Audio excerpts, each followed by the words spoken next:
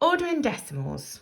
So ordering decimals can feel a little bit tricky because when we look at integers, that's the whole numbers, we normally look and see how many digits there are in the number. And the more digits there are, the bigger we know the number is. However, what we need to do is always look to the number which is most on the left because that will be the largest column. Therefore, it will have the largest worth.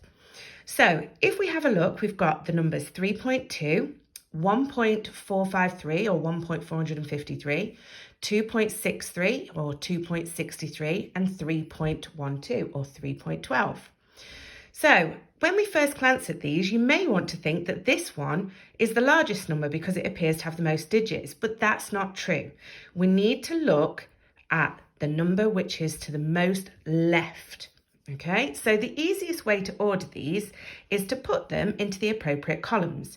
Now remember, this decimal point is not going to move. So I'm going to write each of my numbers, 3.2, 1.453, 2.63, 3.12. So if I have a look at these, if I'm looking at the leftmost column, this is my ones column. After the decimal point, these are all parts of a whole, so that's why they're lowercase, tenths, hundredths, thousandths. So if I look in the ones column, the largest number is 3. So I've got 2 of these, which have a 3. So then I must move to the next column. So in the tenths column, these 2 numbers, there's a 2 and a 1. I don't need to look at these because the other number wasn't large enough. So actually I can see that 3.2 is the largest. So 3.2, if I'm going largest to smallest, okay, 3.2 is the largest. The next largest must be 3.12.